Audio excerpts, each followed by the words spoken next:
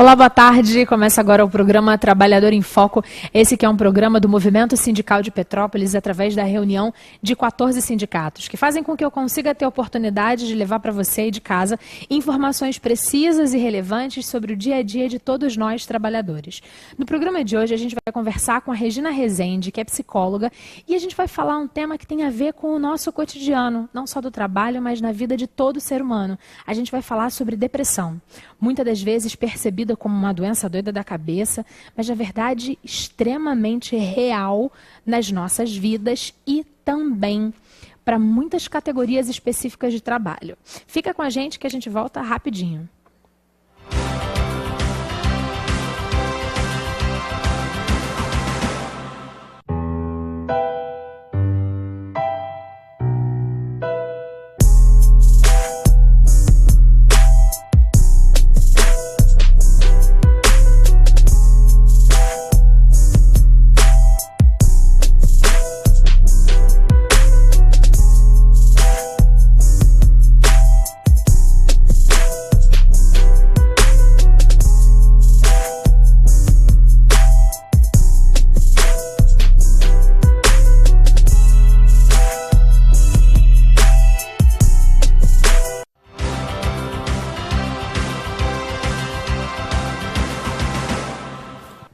Estamos de volta com o programa Trabalhador em Foco e vamos dar início a esse bate-papo, que pessoalmente eu estou apaixonada. Bem-vinda, Regina. Bem-vinda, eu que agradeço. Prazer, muito bom te receber nesse espaço em que a gente está falando para um outro público. Nós que muitas vezes conversamos lá no Terra Santa TV e falamos para as famílias, hoje a gente vai falar para um público diferente, a gente está tentando falar com o trabalhador. E eu queria que a gente começasse uma coisa básica, assim, depressão e trabalho, existe relação? Existe, mas numa outra ordem. Certo. Porque é muito importante quando a gente fala de trabalho, nós falarmos de uma síndrome que começou a ser pesquisada por volta, lá fora, nos Estados Unidos, certo, a partir da década de 50. Aqui no Brasil foi por volta dos anos 70, 1970, que é a síndrome de burnout. O que é a síndrome de burnout? Isso. É a síndrome que caracteriza justamente uma doença que deriva do trabalho. Você adoece por conta do trabalho. O que seria isso? Vamos pensar o seguinte, o trabalho, ele ocupa um espaço muito importante na vida da gente. Certo. Nós ficamos normalmente de 8 a 20 anos nos preparando para o mercado de trabalho. E é uma responsabilidade muito grande. Você vai escolher a área e isso. vai. É uma vida. Quando você efetivamente entra na sua vida laboral, você está cheio de expectativa. Certo. E você passa no trabalho cerca de 30 anos da sua vida, no mínimo. Então, olha que coisa importante. E o que começou-se a perceber? Que algumas pessoas adoeciam, não porque tivessem patologias. O que acontece com a depressão?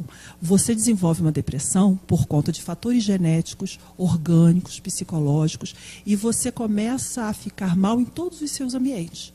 O deprimido não está deprimido só no trabalho, não está deprimido só em casa, ele está deprimido 24 horas por dia. Mas em algum momento a gente pode dizer que o trabalho foi a porta de entrada? Ou o grande motivador? Ou que o trabalho, por conta dessa questão de tempo, né? A gente oficialmente deveria dormir 8 horas, você trabalha 8 horas. Então, se sobraram 8 horas na sua vida, nessa está incluída almoçar, comer, jantar, né, todas essas coisas, e voltar do trabalho, então é muito tempo mesmo, não é? Então, o trabalho pode adoecer a pessoa, sim. Em que condições? Quais são as pessoas que adoecem, que podem desenvolver uma síndrome de burnout? As mais perfeccionistas, as mais motivadas, as mais idealistas. Por quê? São essas pessoas mais facilmente frustráveis se o trabalho não é da forma como ela idealizou que fosse. Nossa, então, olha, você aí de casa, eu super me enquadro nessas coisas. Sim. E olha que interessante, porque assim, mas você nunca pode tinha pensar, pensado... são pessoas desmotivadas que não... Não, é o contrário. É o contrário. São os trabalhadores de alta performance que podem desenvolver a doença. Talvez seja por isso que uma das grandes... a gente aqui fala com 14 sindicatos, né? Que nos fazem existir enquanto programa Trabalhador em Foco. Hoje existe um aumento muito grande de depressão, né? E de transtornos transtornos da emoção, não sei termo usar corretamente, mas transtornos que têm a ver com a psique relacionados com os profissionais bancários. Sim. Porque trabalham com Sim. esses setores? Por quê? Quais são os setores que mais podem propiciar esse tipo de adoecimento? Quando você lida com o público, com pessoas que demandam o tempo inteiro, com alto nível de exigência, com a questão de precisar bater metas. Nossa, estamos falando dos bancários, dentre outras categorias, Exatamente. é claro. Quando você trabalha em instituições, organizações excessivamente rígidas, empresas muito rígidas, empresas onde você não tem muita perspectiva de cargos e salários, em que você se sente muito oprimido por conta do ambiente, acontece uma coisa de desumanização. Os enfermeiros... Espaços hostis, a gente poderia dizer isso. Sim. Espaços difíceis, em que você não vai feliz para o trabalho. Sim, e quando você lida com dor. Por isso os enfermeiros e médicos são vítimas, professores, bancários, são as pessoas que mais adoecem. E quando você falou sobre é preciso se preocupar com isso, porque o que acontece? Quando existem poucas pesquisas, poucos profissionais que conseguem identificar, fazer o diagnóstico correto e, consequentemente, quando esse profissional adoecido procura o INSS em busca de um possível benefício, ele não consegue, porque não se caracteriza. Aí a pessoa pensa assim, mas o que é o burnout? Precisa se estudar, pesquisar, para saber que aquele trabalhador está adoecido por causa do ambiente de trabalho. E diferencia muito da depressão, Carla. Porque assim, e do estresse. É preciso caracterizar bem estresse, depressão e burnout. Então vamos fazer essas 3 diferenciações para todo mundo de casa conseguir entender um pouquinho e em algum momento buscar os seus direitos, buscar tratamento, acompanhamento. O estresse, ele tem um fator que pode ser positivo. Por exemplo, você pode estar estressado por uma promoção, porque você acabou de ter um filho, porque você mudou de casa. Isso são fatores estressantes, mas um estresse positivo. E tem os estresses negativos também. Uma demissão, né? Uma doença. Então, isso caracteriza o estresse. Ele pode ser positivo ou negativo. O burnout é sempre negativo. Ele é sempre negativo. Não existe um burnout positivo. Você está... às vezes você pode falar assim, a pessoa é workaholic, ótimo, porque trabalha bastante, produz e tal, não sei o quê. Pode ser o aspecto positivo da questão. Mas com burnout não existe isso. O burnout, ele é sempre negativo, ele vem de uma estafa emocional muito grande em relação ao trabalho. Você começa a ficar desmotivado e acordar todo dia e ir para aquele trabalho é uma tortura. Existe uma coisa de desumanização. O que é isso? É quando começa a existir até um certo cinismo na sua fala. Eu vou trabalhar aqui até morrer. Você não está vendo? Qualquer dia você vai chegar aqui, eu estou morto aqui nessa cadeira. Quantas vezes a gente não ouve isso? Algumas dos coisas, nossos colegas sim, de trabalho. Sim. Se lida com o público, passa a ficar muito indiferente em relação ao sofrimento e à demanda do outro. Existe uma coisificação, tanto dos colegas de trabalho, quanto das pessoas que demandam, para quem ele presta serviço. Ele não se interessa mais pelas pessoas. Está ali só cumprindo tabela? Só cumprindo tabela. E uma estafa emocional e uma falta de perspectiva de vida. Começa a questionar o sentido da vida. O que eu estou fazendo aqui? Para que eu trabalho tanto? Por que eu estou fazendo isso? E aí, esse conjunto de sintomas caracteriza o burnout. A depressão, ela precisa ter fatores antecedentes. Você tem casos na família, você já desenvolveu uma depressão antes, você é uma pessoa extremamente ansiosa, ela não tem nada a ver com o ambiente de trabalho. Certo. Quando você tem burnout e você é afastado do trabalho, você leva mais ou menos 3 semanas para ter uma baixa dos sintomas. O estresse, 3 dias. Rapidamente, quando você sai do ambiente estressante, tem um feriado prolongado, na segunda-feira você está refeito. Você já está prêmio joinha. O burnout não. Ele fica o tempo inteiro em função do trabalho, sofrendo sábado e domingo. Segunda eu vou ter que trabalhar, hoje é feriado, é sexta. No horário sábado, do Fantástico quase surta. Morre. Okay. Porque no dia seguinte ele tem que voltar. Então, nossa, eu já vivi isso. Ele não é feliz naquela função que ele exerce por quase 8 horas durante 30 anos. E aí ele adoece. E muitas vezes, assim, não consegue mudar de emprego, sonha em ter um negócio próprio, mas a crise não permite, as dificuldades não permitem. Aí ele se vê preso, enjaulado naquela situação. Verdade. Vou pedir agora para a nossa equipe técnica colocar uma pergunta que veio da Carla Leite, que é uma das representantes do Sindicato dos Bancários e que vai perguntar um pouquinho lá sobre essa categoria que é tão atingida. Vamos rodar a perguntinha. A minha outra pergunta é como que hoje a competitividade extrema, a concorrência, ela afeta diretamente a vida do trabalhador. O meio em que ele vive, as relações com os colegas de trabalho, as relações na família, como que isso fica devido a tanta pressão? Pressão por metas, pressão por resultados, como que ele se vê nesse contexto e como também que ele reage, né? Quais são os riscos para esse trabalhador de estar tão inserido nisso, tão assim, a flor da pele, né? Tão ali todo dia tendo que fazer, apresentar resultados. Isso pode gerar uma depressão? Sim, pode gerar a depressão, principalmente porque ele vai desenvolver a síndrome de burnout, que é o adoecimento fruto do trabalho. E uma das consequências... Por que a gente chama de síndrome? Síndrome é sempre qualquer tipo de doença que engloba muitos sintomas. Ótimo. Entendeu? Por isso que falamos síndrome. Ela tem muitos sintomas. Um deles é a depressão. Então, essa pessoa, ela pode ter sintomas físicos, psíquicos, emocionais. Físicos, dor nas costas, dor muscular, cefaleia, gastrite nervosa. Ela pode desenvolver uma série de... Porque baixa a imunologia, o sistema imunológico, então ela pode desenvolver herpes. Tudo por conta de burnout. Psicológicos, ela começa a ter problema de baixa de memória, dificuldade de concentração, um cansaço emocional e psicológico muito grande. Comportamentais, ela fica extremamente agressiva, irritadiça, não tem paciência para nada, nem para coisa nenhuma. É uma série de sintomas que a pessoa pode desenvolver. E conforme essa coisa se prolonga, a depressão. A depressão vai ser uma consequência. Então, ela citou a família. Começa... um outro sintoma que acontece muito é a baixa de libido. A pessoa perde o desejo sexual. Porque o tempo inteiro, em função da angústia que aquele trabalho gera. E ela não consegue mais ver prazer em outras coisas. Não consegue ver prazer em nada, na porque família. Aquela coisa que é o trabalho é maior do que todas as outras. E é muito importante o apoio da família, porque muitas vezes o pai ou a mãe que trabalha, ela chega em casa, a mulher, não existe pesquisa que diga assim, os homens são mais suscetíveis que as mulheres. É igual. Entendeu? Uhum. Existem classes profissionais que são mais suscetíveis, como os bancários, professores, como a gente já citou. Uhum. Agora, entre homens e mulheres é muito igual.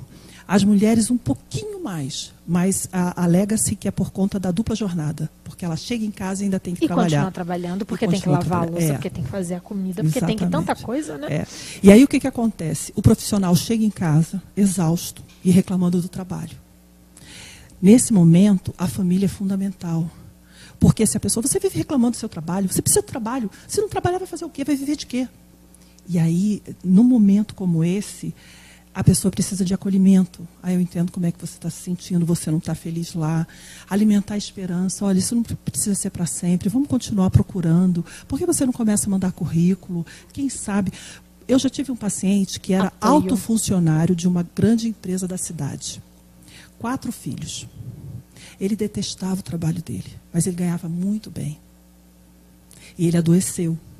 Ele tinha 4 filhos, a esposa não trabalhava, ele tinha um bom emprego, com um bom salário e um bom cargo, mas num lugar que ele detestava trabalhar ali. E aí ele adoeceu. E aí só quando ele teve um surto, né, que fez uma virada psicótica por conta da angústia que aquilo estava gerando nele, foi que ele efetivamente procurou ajuda. E aí você precisa de ajuda, você precisa de tratamento, às vezes se afastar, tirar uma licença, reorganizar e reavaliar as suas crenças, valores e objetivos de vida, para, se possível, continuar ali, mas com uma outra perspectiva, porque se você está decepcionado, se você perdeu a perspectiva de mudança lá dentro, de melhorar, e a empresa continua cobrando metas e realizações, talvez seja o caso de mudar. Ou readaptar-se, a não atender mais aquela demanda de forma tão escravocrata. Pensa bem se você precisa. Por que as pessoas que são de alta performance são os que adoecem? Porque são perfeccionistas. Elas são o bom. Eu digo que o bom é inimigo do ótimo. Exatamente. Ela não aceita ficar no bom, ela quer o ótimo. Ela e às quer vezes a excelência. elas se tornam escravas dos seus próprios protocolos. Exatamente. Talvez a empresa nem tenha tanta perspectiva, mas ela mesma se cobra. Ela mesma quer estar na frente, ela mesma quer. Esse mês passado eu fiz tanto de meta, esse mês eu quero fazer X. E não guardo e não deixo uma gordurinha. Não, eu fiz Não X. deixa uma margem para ser humana. Para errar. Para errar. Para voltar atrás. Sim, todas essas coisas juntas. Exatamente. Ela busca a perfeição. Ela quer ser ISO 9000.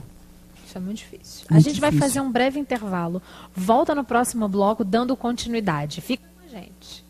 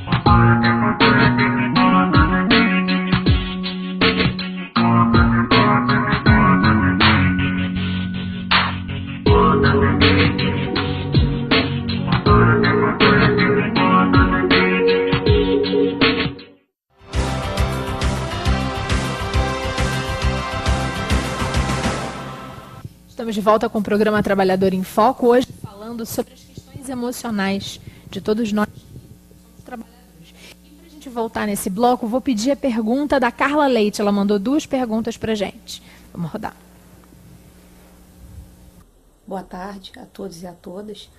A minha pergunta é como que o funcionário ele se livra de um processo, né, de depressão oriundo de